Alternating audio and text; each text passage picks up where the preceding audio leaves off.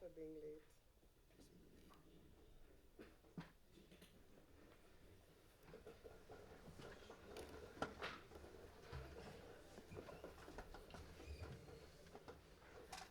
Good morning, namaskar.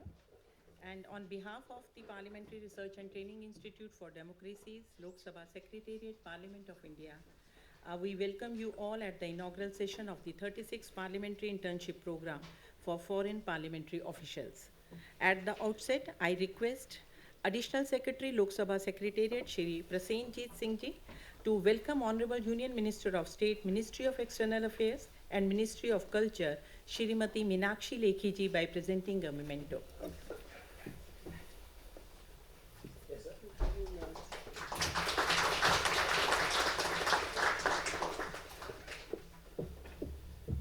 Now I request Additional Secretary, Lok Sabha Secretariat, Shri Prasenjit Singh Ji to deliver welcome address. Namaskar. Honorable Union Minister of State for Ministry of External Affairs and Ministry of Culture, Srimati Meenakshi Lekhi ji, Madam, the participants from all across the globe, officials of the MEA. On behalf of Team Pride, Parliament of India, it is indeed an honor for me to extend a very warm welcome to Madam. Thank you. And Madam has been very kind to us that in spite of her very, very busy schedules, she has always been guiding us and motivating us for by coming and acceding to our request to address the participants for the various programs. Ma'am, this program is the inaugural session for the 36th Parliamentary Internship Program, popularly known as PIP, being organized by Pride. At the outset, ma'am, it is indeed, I would extend a very warm welcome to you. For the participants, ma'am needs no introduction in India and abroad. She has a distinguished parliamentarian who was joined the Parliament of India in 2014, and again she was re-elected in 2019. And at present, ma'am is the Union Minister of State for Ministry of External Affairs and Ministry of Culture. Apart from this, ma'am has been earlier has been holding various positions as chairpersons of the various committees and also as a member. She has held in the past the in-person position of chairperson of the Committee on Public Undertakings, a very important committee on privileges. Amongst others, has been a member of Standing Committee on External Affairs, General Purpose Committee, Lok Sabha Standing Press Council of India, to name a few. As a ma'am, apart from being in the political life, she is also committed as a very social activist, and ma'am has been is a lawyer by profession also. And I would like to share with this August gathering that ma'am has been instrumental in bringing a lot of reforms in area of women empowerment, and by her active participation in the legal and fighting a legal battle for a very long time, and after later on, some of her work has been appreciated, and also the laws has also been passed on the women empowerment. And apart from ma'am has doing a lot of things from the apart social work, she also encourages startups, and also use of technology is also ma'am's forte. So ma'am has a multi-dimensional and inspirational personality. Ma'am, just for the participants and to give a brief background of the program, since inception 1976, Pride has been organizing, which was earlier known as BPST, has been organizing training programs and for the various stakeholders from India and outside the country. This Parliamentary Internship Program, PIP, has the foreign parliamentary and government officials. It was started in 1985 and has grown from strength to strength over the years. This is the 36th edition of the program, and which was started in 1985. And this program is in coordination with the Ministry of External Affairs under the high-tech program scheme. And till now, ma'am, it is very heartening to inform you that more than about 1,000 participants have been trained from over 50 countries over the year. and the number of participants has only increased, which shows the utility and the popularity of the program. The demand of the program is such participants are willing to do the internship at their personal expenses also, and this is a testament to the value of this internship provides. India's experience in running parliamentary institution is unique, and I'm sure that the participants will find that there are many things to learn from the functioning of the Indian parliamentary system. The month-long program has been designed with the objective of providing parliamentary officials as in-depth understanding of the functioning of our country's parliamentary institutions and mechanisms. This program will provide a ringside view of the Indian setup and understanding of the various aspects of the functioning of the parliament that can be imbibed in your own countries. During the course of this program, the participant will be exposed to a wide range of topics like the parliament in the constitutional scheme, the role of parliamentary officials, legislative process, budgetary process, to name the few. You will be engaged with eminent parliamentarians, experts, and senior officials of the parliament on various aspects of functioning of Parliament of India, and you will be taken to the institution to gain first-hand knowledge of the democratic and parliamentary system in India. I hope and trust that you will enjoy your stay in India. With these words, I once again welcome all the participants, and I am very thankful to ma'am for sparing a time, and I sincerely hope that you all have an enriching and fulfilling experience during the next month. Thank you. Jai Hind. May I now request Honorable Union Minister of State, Ministry of External Affairs and Ministry of Culture, Shrimati Meenakshi Lekhi ji, to inaugurate the program and deliver the inaugural address. Thank you very much, Seema. Thank you very much, Mrs. Sen. Good morning, ladies and gentlemen. I was just thinking that we all are somewhere connected and bound by each other by virtue of being human beings, by having humanity at the core of our existence. Similarly, when you look around India, at a superficial level, you will find us all very, very different in our eating, in our lifestyle, in our dresses, the kind of diversity which I do not think any part of the world can ever claim. The kind of diversity you see in this country is something which nobody represents. But what is that thing that keeps us all together? What keeps us all together is our value system. And that value system gets reflected in various forms. So one is acknowledging diversity, acknowledging differences, and the underlying phenomena is that we are all one because our principles are the same. And these principles get reflected in our polity through democratic process. More than 1.3 billion people and a democratic nation. We are not an autocratic country. We are not a country where the rule of law is given a side view and the rule of stick works. It doesn't work like that in this country.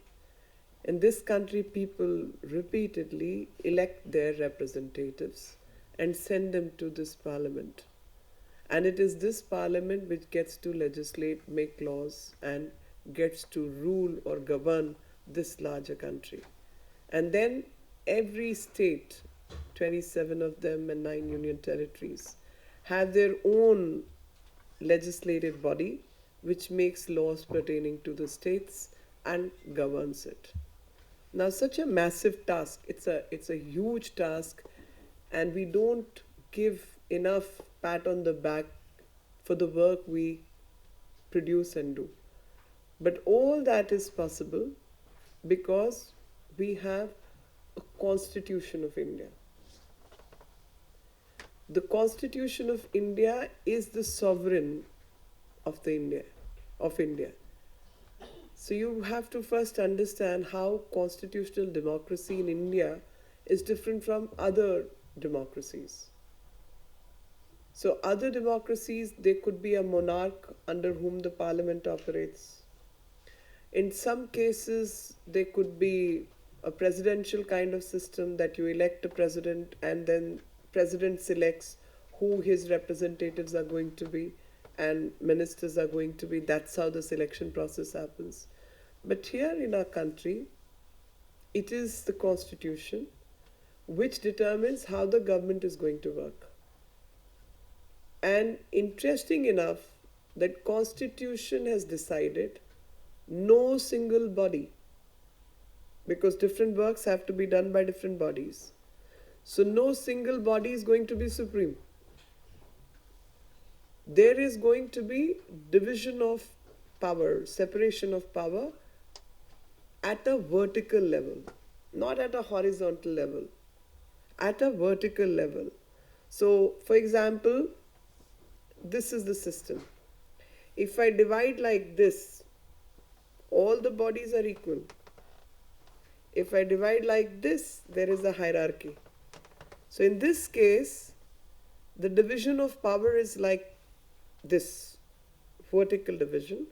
So all the three parts of the government, executive, legislature, judiciary, have powers segregated like a vertical system. And because it's a vertical system, judiciary is not subjugated to legislature. Legislature is not subjugated to executive. Executive is not subjugated to judiciary. Each one have their own domains and they all work and they are supreme in what they do. Whatever work they do, they are supreme in that field.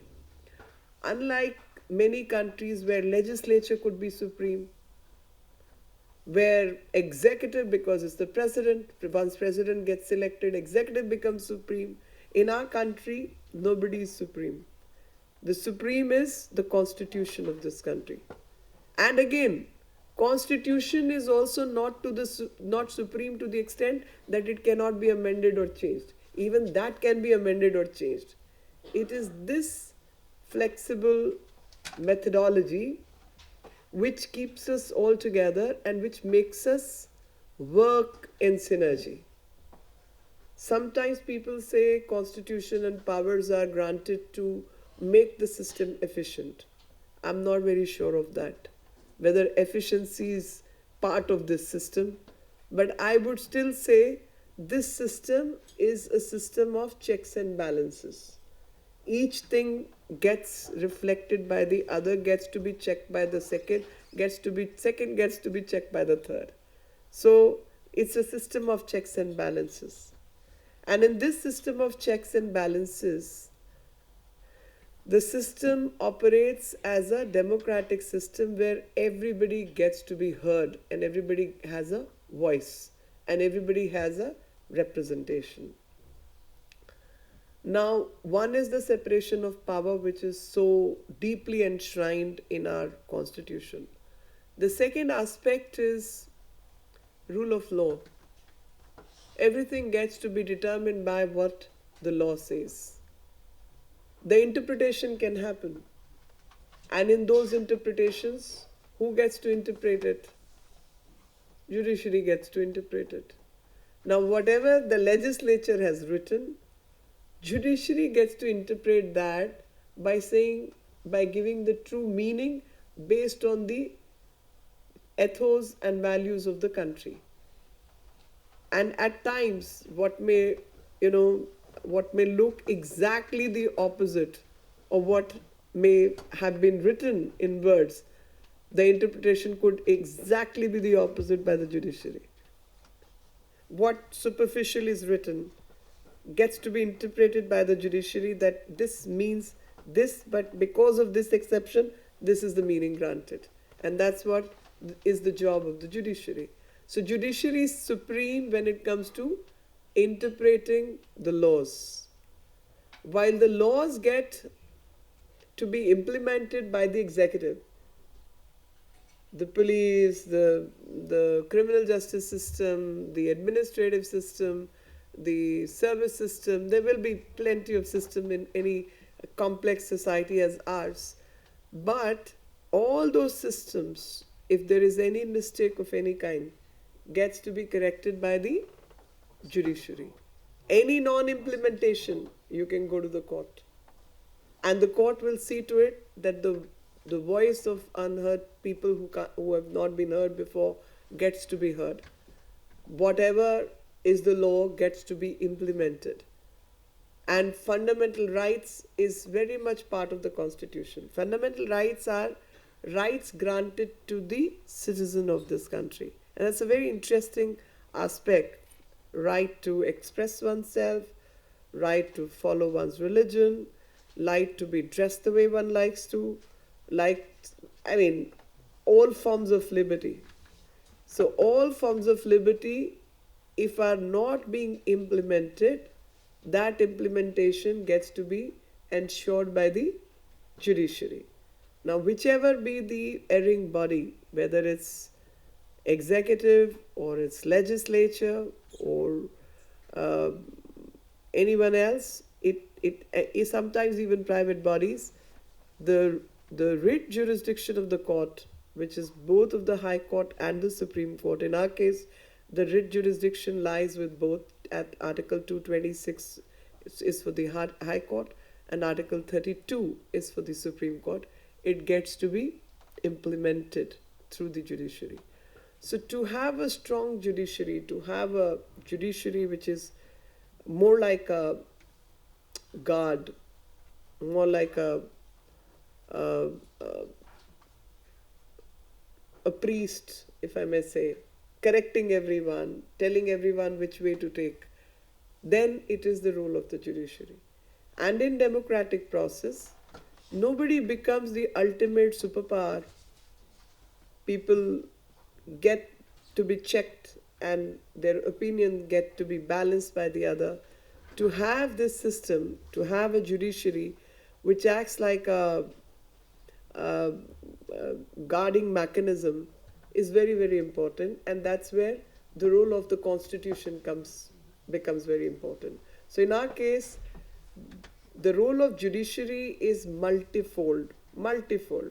On one side, they are dispensing justice. Say there's a case of domestic violence, a woman gets beaten up, where will she go? So the courts are there to implement the law of the land under domestic violence.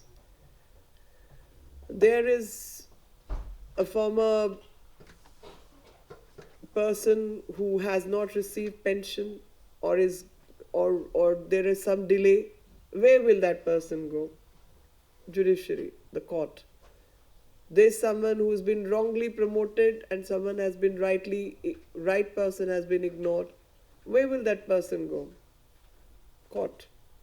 So individual battles that one goes through, dispensing justice is very much part of the court. We all know that. That's the kind of job courts do in most countries.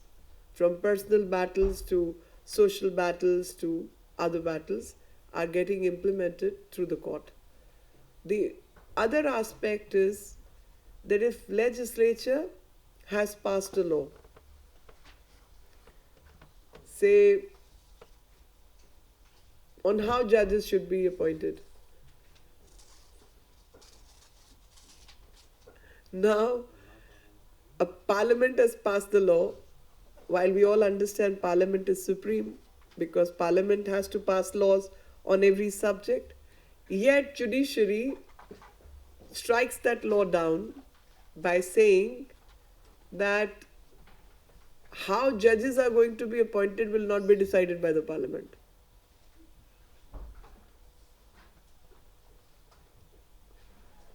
You can't have that control.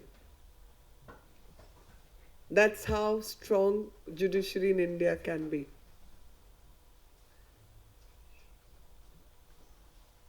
They can always direct anybody, including private parties, that somebody's rights are being impacted, you have to provide this. Interesting enough, in our country, the judiciary also has a leeway in making laws. Can you imagine that? No country in the world gives that right to judiciary. But in our country, judiciary can also invoke Article 142, 144, where they can make laws. And the pretext they use is that since laws do not exist on these subjects, in the meantime, whatever we say is the law, considering the Constitution has given us the authority to dispense justice and dispense justice completely. Because legislature has so far not taken subject this particular subject, so judiciary is whatever we are passing in this order becomes the law till Parliament decides to make a law. I'll share one case so far as this aspect is concerned. There was a woman who went to the court saying way back in late 90s, saying that there is sexual harassment at workplace, and that was an individual case of this lady having undergone a difficult working atmosphere. Now,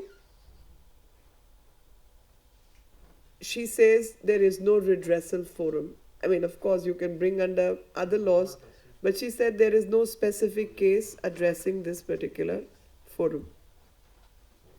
There is no forum. Court took a call, passed a judgment in that case, and also passed a ruling that till Government of India makes a law on sexual harassment at workplace, this is the law. Because whatever Supreme Court says is precedence. Every court in the country will have to follow what the Supreme Court says. Now, if Supreme Court has passed an order that a woman who's going through sexual harassment at workplace need not go through the other mechanism, can straight away approach the court under a writ jurisdiction, because this is affecting her right to life and liberty, because they governed it under right to life and liberty, that sexual harassment at workplace is actually impacting her right to life and liberty, she can approach the court and seek redressal. And subsequently, within a very short span, government passed the law that this will be the forum, this will be the regulation, this will be the punishment option, so on and so forth. Why I'm saying all this is that you have to understand that in Indian democracy, we are a very peculiar form of democracy. We are elected people, and elected people go through the motion of running this country in terms of governance. But it's not as if we are supreme, and there is no check on what we do. As a body, parliamentarians have a right to pass laws which are going to govern the country. But those laws and those legislations which Parliament passes is not beyond the scrutiny of the judiciary. So judiciary gets to work as a supervisory body on the Parliament also. Similarly, Parliament also gets to supervise what the judges do. We, under the same constitution, we have the right to go after a corrupt judge and bring a motion against that judge to the Parliament, and that is called impeachment motion. But a judge once appointed cannot be removed in any other way except impeachment motion. That gives the security, right? And in impeachment motion, it has to be passed by 2/3 majority. So that's how you are checking each other. Now, executive, the law is that women who, or say senior citizen, needs to be provided with free treatment, say is governed under Ayushman Bharat. But for some vague reason, in a particular locality, a particular officer is not signing the paper and is not working, where will and the system is not operating right, where will that individual go? Go to the court. And the court will say, if this erring officer is not implementing the law, can be brought before the court, deserves punishment, etc., is one part of the story. The second part of the story is this person needs to be taken into the hospital care and has to be taken care of, because that's what the law prescribes. Sometimes judiciary can be overbearing. I mean, at least the others feel that. Judiciary will say we are doing our job, okay? But others will feel they are being overbearing, that these people will take a call even on something like pandemic, COVID-19. And people will question judiciary that what authority do you have to discuss COVID-19? You're not doctors. You don't understand the process and procedures. So why are you taking a call on something as technical as COVID-19? Let the government do its job. But they say, no, no, no, our supervision is needed and we are going to supervise what the government is doing. You know, this authority, which may sound like authoritarianism at times, works well in democracy because each side is wary of the other. Each side has to be correct so that the other side doesn't, get a better of you. So this is a system of checks and balances, and at times may not be a very efficient system, but these inbuilt modus operandi keeps everyone in check. And that's how judiciary's role in democracy is determined, at least in our case. That there is an opportunity for everyone to express oneself. There's an opportunity for everyone to seek a redressal of fundamental rights, and at times judiciary can pass orders, even commenting on things, telling citizenry like a preacher that you have to work in accordance with your fundamental duties. On, say, some social drives. On social drives, judiciary can interfere. For example, recent judgment. We have various religions, people with different religious belief are in this country. So some people will say, my religion allows to marry a girl beyond the age of 12. Now the law says nobody under 18 can be married. So the law is clear that 18 is the age of marriage. Any marriage below 18 is unauthorized, illegal. But marriages happen. And if marriages happen, where can one go? The child is too small to go to the court. By the time the age of repudiation comes, that is age 18 or 19, at 18 or 19, she can just walk away and say, I'm not married to this man. The marriage was consummated without my consent. But if someone's already stayed for 3-4 years, how many girls can really walk out of that marriage? It's an impossible situation. So the court has implemented the law. There's a law called POCSO, which is Prevention of Sexual Offences Against Children, basically. Now, according to them, any sexual act with a child, because below 18 you're a child, so any sexual act with a person who's below the age of 18 would amount to rape. If it amounts to rape, whether you label it as marriage or as anything else, is not permitted. So that's how the judges will take a call and bring social reform and social change also in the minds of people, that few things you cannot do because these things are harming the cause of women or children or young people. we've had some pretty strange things. One was, say, triple talaq.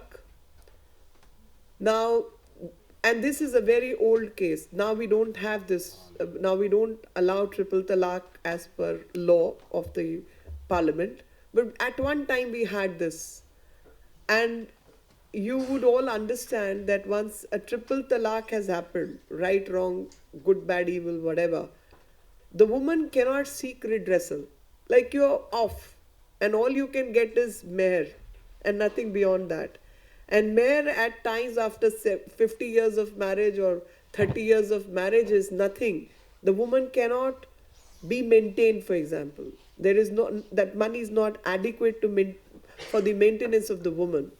So we have civil law and criminal law which prohibits men from not looking after the women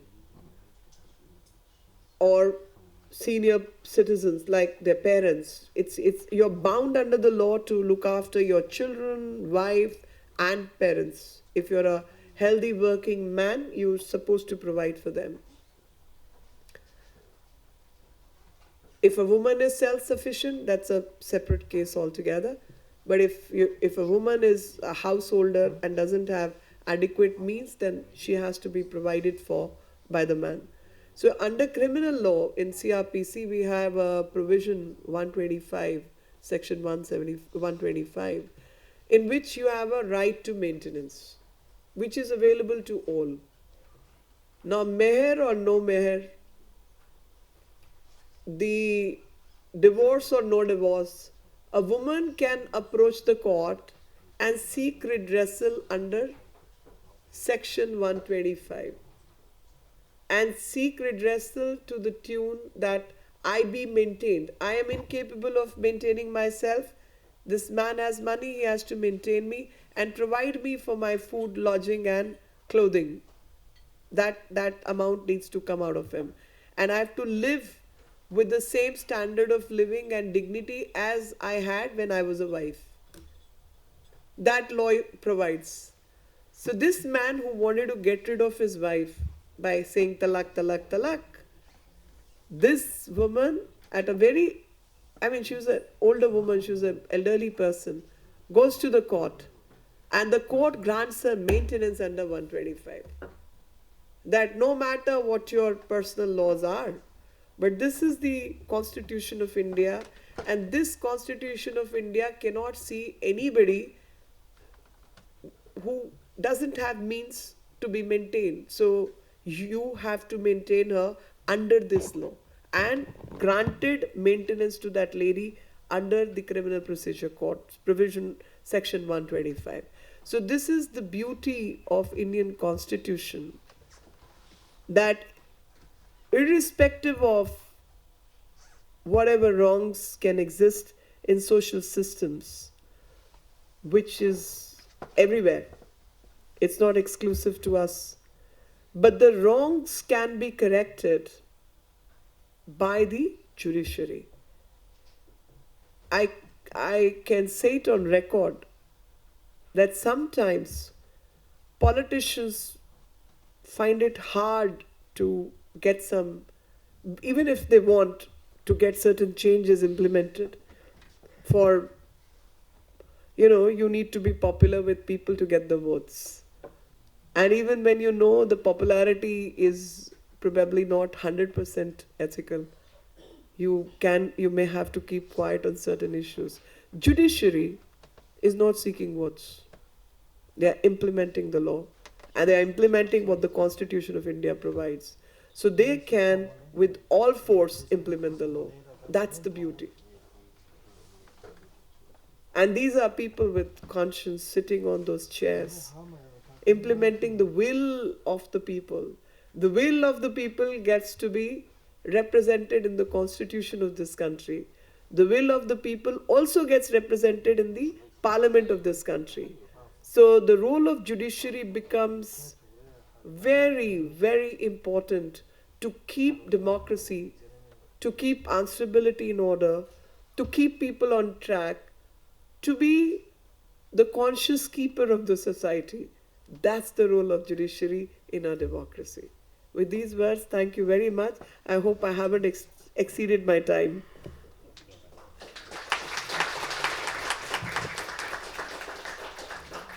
Thank you so much, ma'am. It is always a treat to listen to you. But now I will request the participants to ask 3 to 4 quick questions, and before we propose vote of thanks to ma'am.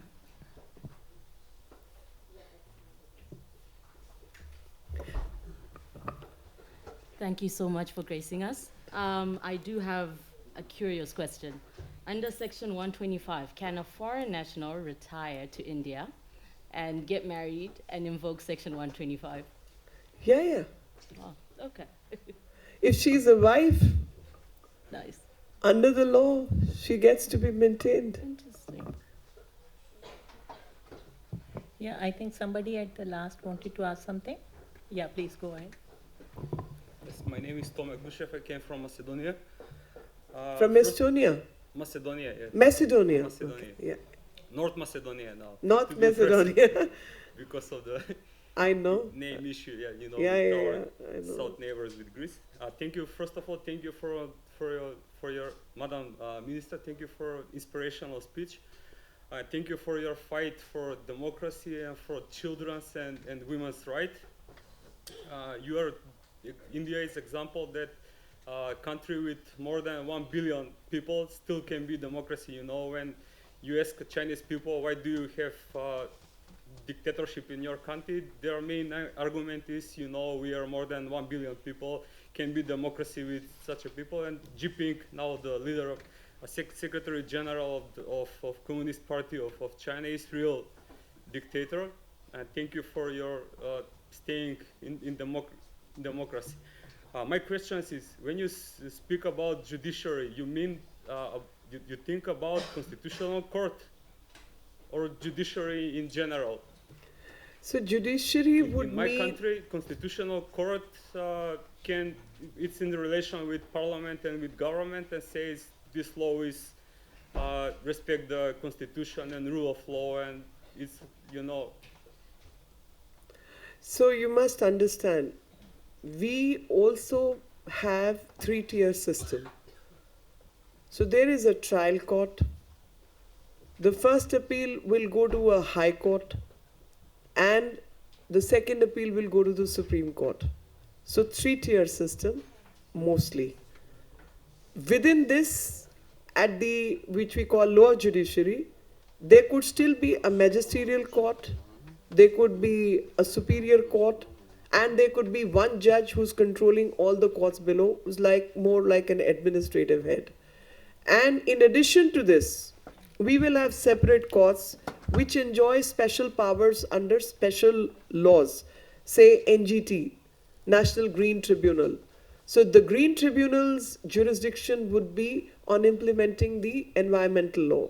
There could be CAT, which is a Central Administrative Tribunal, which would deal with, say, administrative issues of huge service law matters where pension, promotion, transfers, so on and so forth, within the system can be challenged. So we have various tribunals handling separate nature of issues.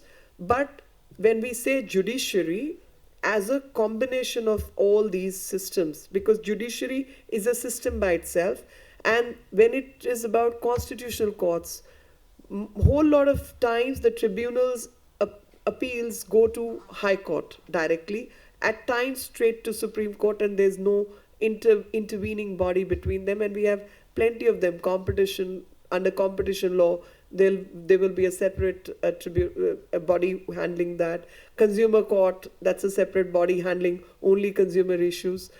Electricity tribunal, which is dealing with electricity related issues and interstate electricity disputes, like one state, one region is battling with each other on the grid transfers. So there are various kinds of models. When I say judiciary, it's a combination of all, and their powers are also designated by law. Constitution is the main legal body under which all laws seem to be in accordance with the constitution. They're working under that.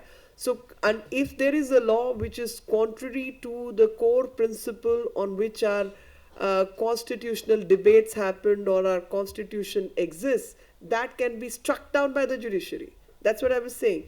So, say Parliament made a law, and this is a true case.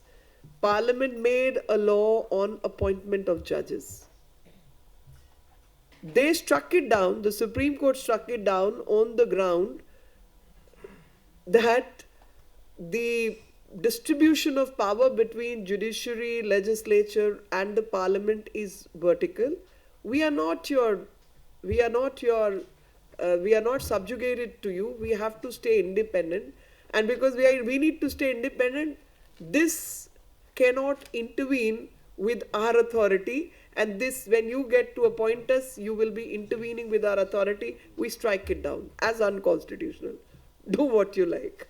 So, and that's not the first time. In Delhi Acts also they struck down. They've struck down many laws.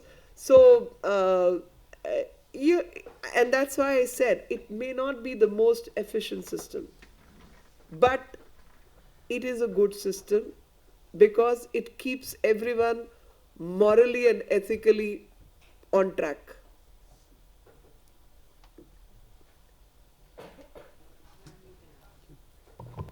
Good morning, Ma, and thank you for your time. My question is, do you have a head of judiciary here? Yeah. Because in my country, we have the Chief Justice, and if you do, how is the head of judiciary appointed? And the judges, how are they appointed as well? I would like to Okay, know. so we have a gap in appointment of judges in High Court and Supreme Court. We wish a better system gets to be evolved. Unlike any other country in the world, here judges get to appoint judges. And that's why I said this is not necessarily the most efficient system, but it is worked well to keep everyone on in terms of checks and balances. It's working well. So we have two systems of appointment of judges. In the trial court, in the law judiciary, there is an exam. So you pass that exam and judges get selected, and then they remain there till whatever. And these judges can rise and become judges till, say, High Court mostly, and some of them even reach Supreme Court. Then there is a parallel system of direct appointment of lawyers with certain years of practice, say above 10 years by law, but between 10-20 years of practice. They get to be appointed directly, and their names get to be proposed by the judges themselves, and they get to be appointed as judges of the High Court and also of the Supreme Court. So some of the High Court judges will then progress in life and become Supreme Court judges who have been appointed in this method at the High Court level. And then they get to be the Supreme Court judges. Sometimes exceptional, but sometimes some people will get appointed directly as Supreme Court judges. And there is a retirement age for all of them. It's not as if they are judges for life. There's a retirement age and they all get to be retired. Then each body, say at a trial court level, there will be a jurisdiction of the state, and there will be something called, there will be ACMM, who's the chief, and CMM, who's like a chief magistrate, chief administrative head of magisterial, which is the lowest appointment in judicial service. Then there could be sessions judge. Session judges, head of all the sessions court who are dealing with certain types of crimes as determined by IPC, and in terms of its applicability under CRPC. So there will be a head of that jurisdiction who will be like a chief of sessions court, who will himself be a sessions judge, but not others will be labeled as ASJ, like assistant additional sessions judge, and there will be one session judge on that jurisdiction. High Court will have a Chief Justice, and so will a Supreme Court have a Chief Justice. Now, when I say we are 27 states, so each state will have its own High Court, and there will be one Chief Justice of those High Courts, and then there will be an administrative control exercised by the Supreme Court, and Chief Justice of India is Chief Justice of India, who actually gives oath to even the Vice President, President of India. So that's how high the Chief Justice remains in the protocol order. Oh, this is the last question we are taking, please. 2 questions, because these 2 had raised hands. Okay. So we'll take these 2. I'm so sorry, I'll meet you separately. Please. Okay. Thanks indeed. Bajdar from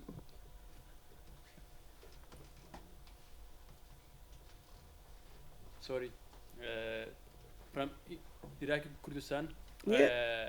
I have a question regarding a dilemma every day we face in our parliament. When we pass a law, that's people see the law against their culture, against their religious background. As you mentioned that, recently the Indian Parliament passed a law to tackle child marriage. A few weeks ago, we did the same regarding the human rights and other issues.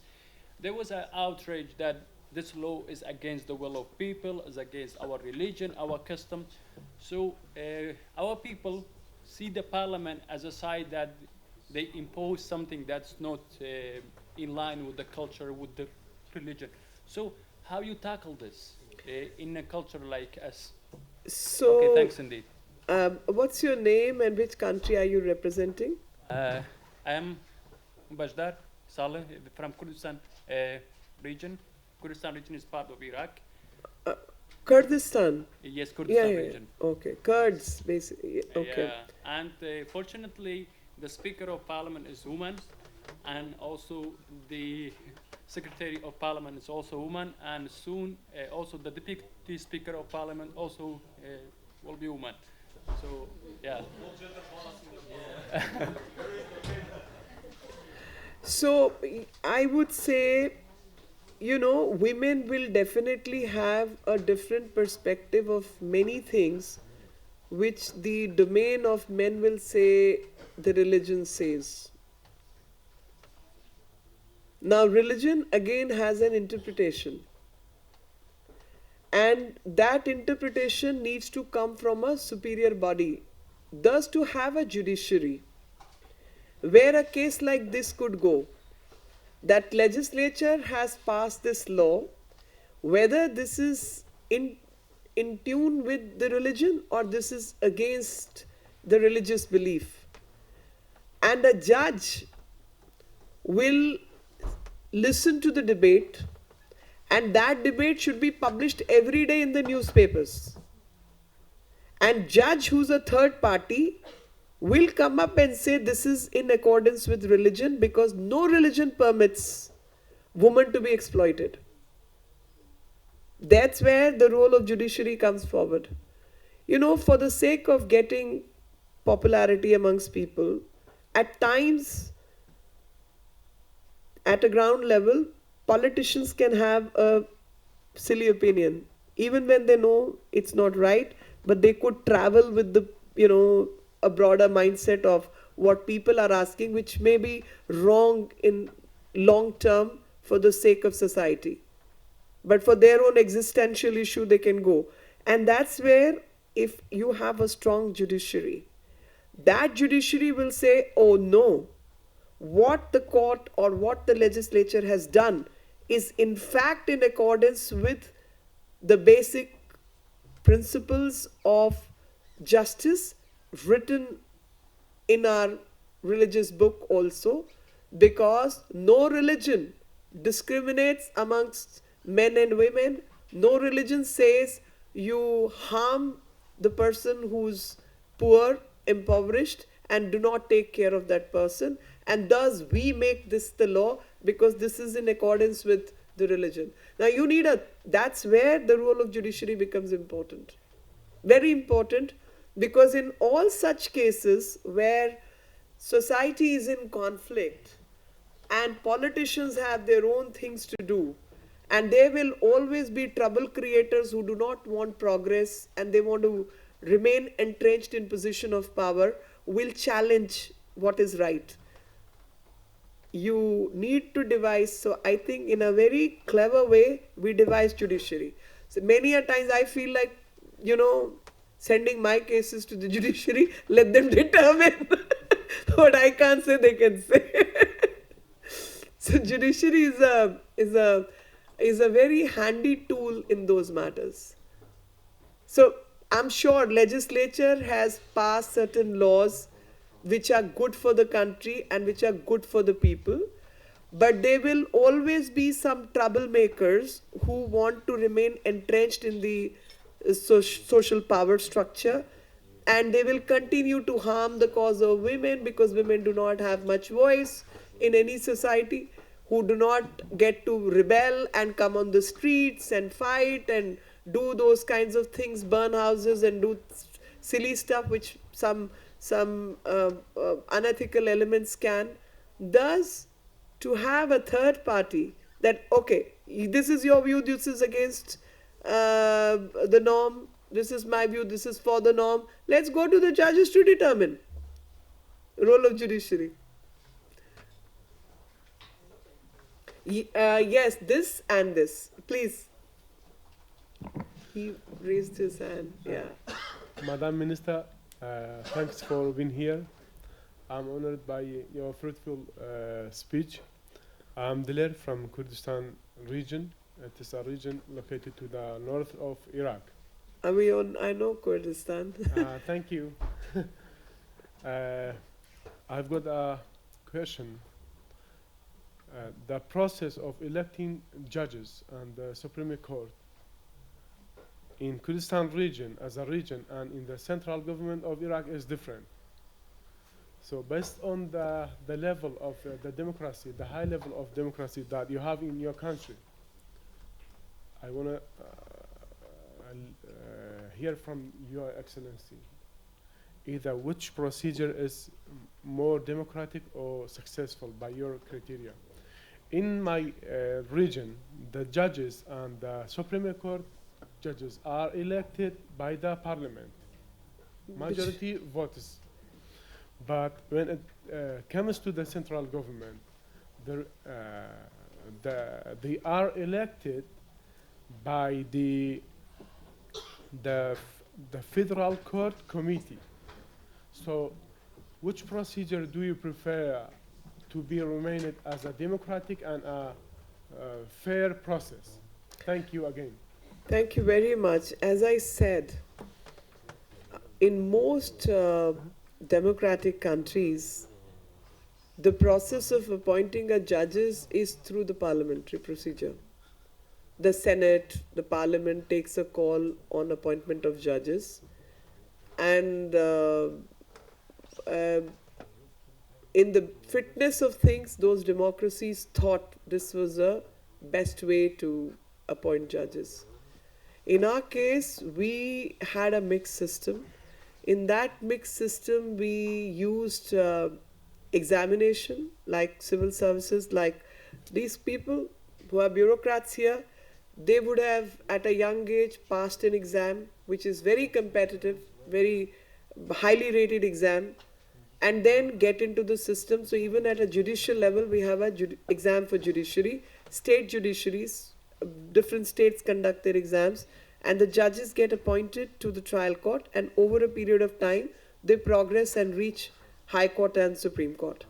The other method is where collegium of judges, like there is an administrative form of judges, those judges receive certain CVs from lawyers practicing in those courts, and the judges of their own, with intervention, part intervention of the government, will determine who is going to be an appointment, who can be appointed as a judge. Now the call is something, that call is taken by the judges themselves, but the role of the government comes in doing a background check, intelligence report, if they are connected to foreign agencies, have engaged in some illegal, unethical work, are dealing in black money, etc., etc.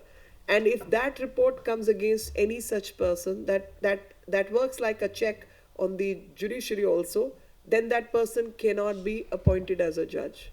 So we have a little complex system, and it's very hard to say which system is good, which system is bad.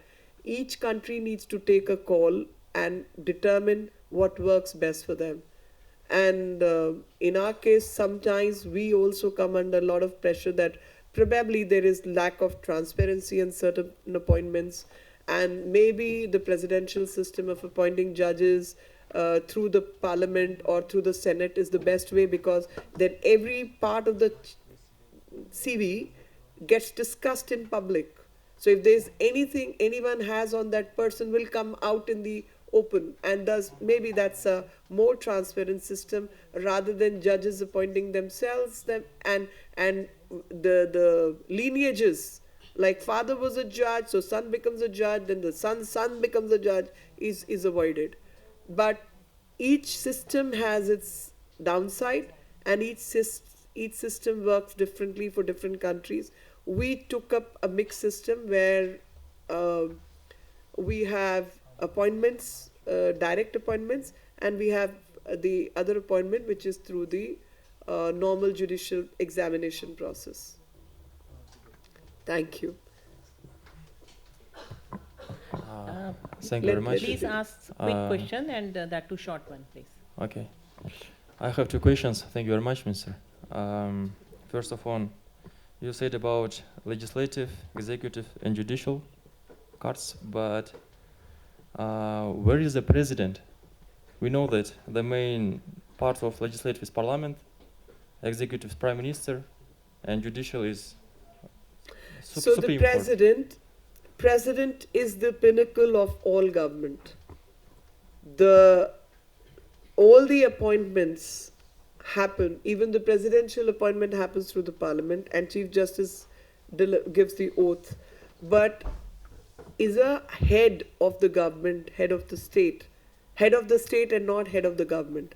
The head of the government remains Prime Minister, but head of the state, as Indian state, where the sovereignty vests, is the president. So all these appointments cannot happen till the president signs the order of appointment. And may I ask a second question? Because of like in another governments we see just your prime minister Narendra Modi without president. And second question, like your presidents, so you must understand, the role of president in our country is very different from role of the prime minister. Prime minister is the elected office, whereas president is the appointed office, and it's a parliamentary form of government where parliament is supreme. The will of the people gets reflected by electing the prime minister, and after the prime minister becomes supreme, the president becomes a tutelar head in that sense. It's a title and is heading the government, and every signature. And another thing, parliament is elected through electoral body, elections, right? Yes, yes. And prime minister becomes through elections.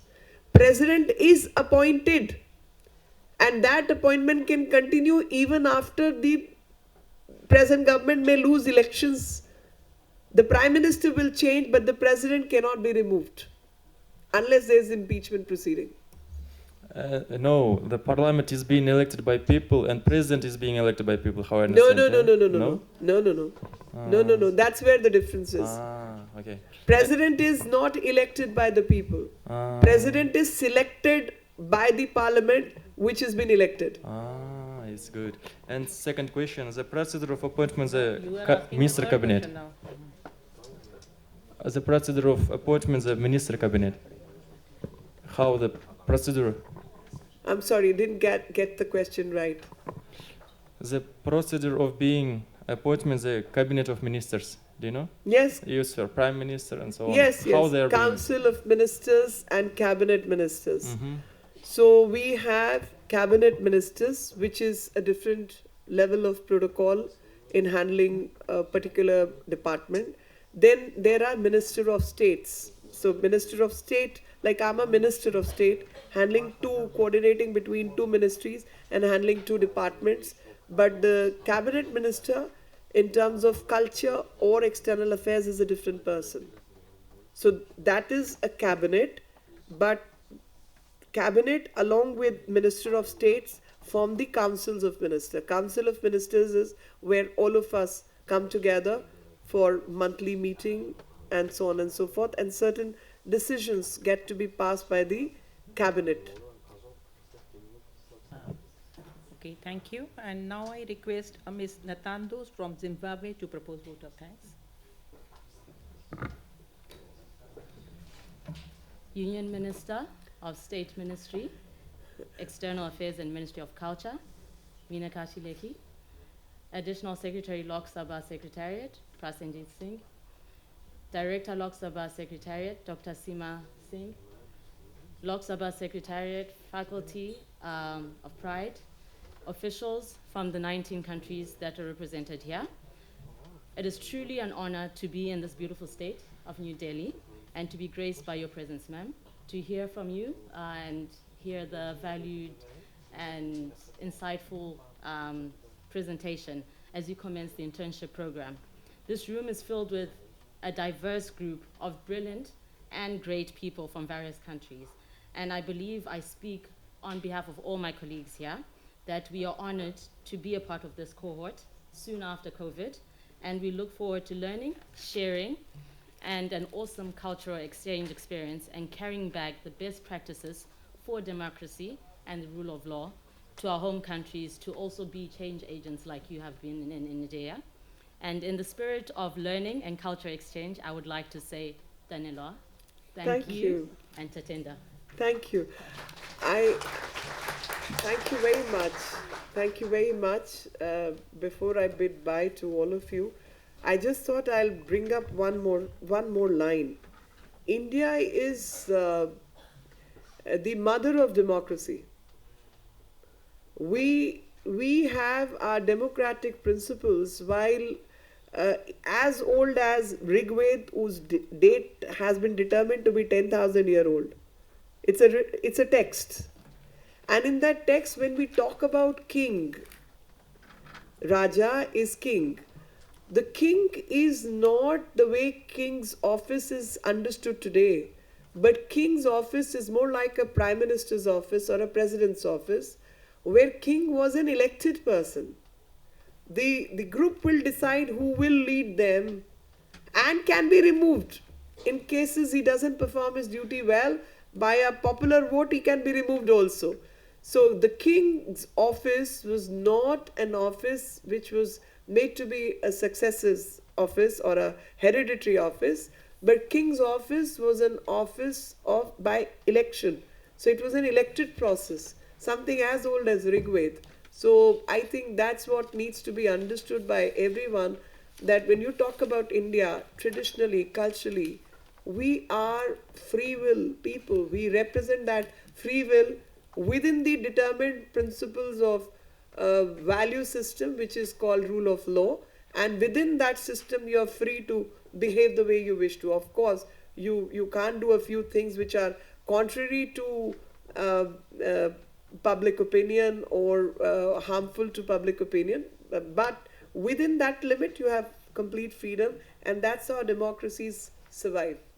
Thank you. Okay. Thank you. And now I request all the participants and the dignitary to join us for a group photograph in the lobby.